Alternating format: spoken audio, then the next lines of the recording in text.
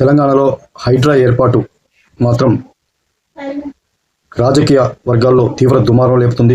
రాజకీయ వర్గాలు, ప్రతిపక్ష పార్టీలు మాత్రం కాంగ్రెస్ పై మరియు రేవంత్ రెడ్డిపై తీవ్రంగా విరుచుకుపడుతున్నాయి. మరి కూల్చబడ్డ బిల్డింగ్లకు సంబంధించినటువంటి పేద ప్రజలు మాత్రం తీవ్రంగా ఆరోపిస్తున్నారు, తీవ్ర దూషణలు చేస్తున్నారు రేవంత్ రెడ్డి గారి ప్రభుత్వంపై, రేవంత్ రెడ్డి గారిపై. మరి ఈ దుమారం అంతా ఇలా ఉండగా కేటీఆర్ గారు కూడా తీవ్ర వ్యాఖ్యలు చేశారు. రేవంత్ రెడ్డి ఇప్పుడు రాహుల్ గాంధీ రేవంత్ రెడ్డితో ఈ హైడ్రా అనేది పెట్టి పేదల ఇళ్లను కూలుస్తున్నారు. వీళ్లకు ఇదంతా కూడా కాంట్రాక్ట్ ఇవ్వడం కోసం, వీళ్ళు కాంగ్రెస్ వాళ్ళు డబ్బు కట్టుకోవడం కోసం రాహుల్ గాంధీ ఈ యొక్క ఏర్పాటు చేయించాడు.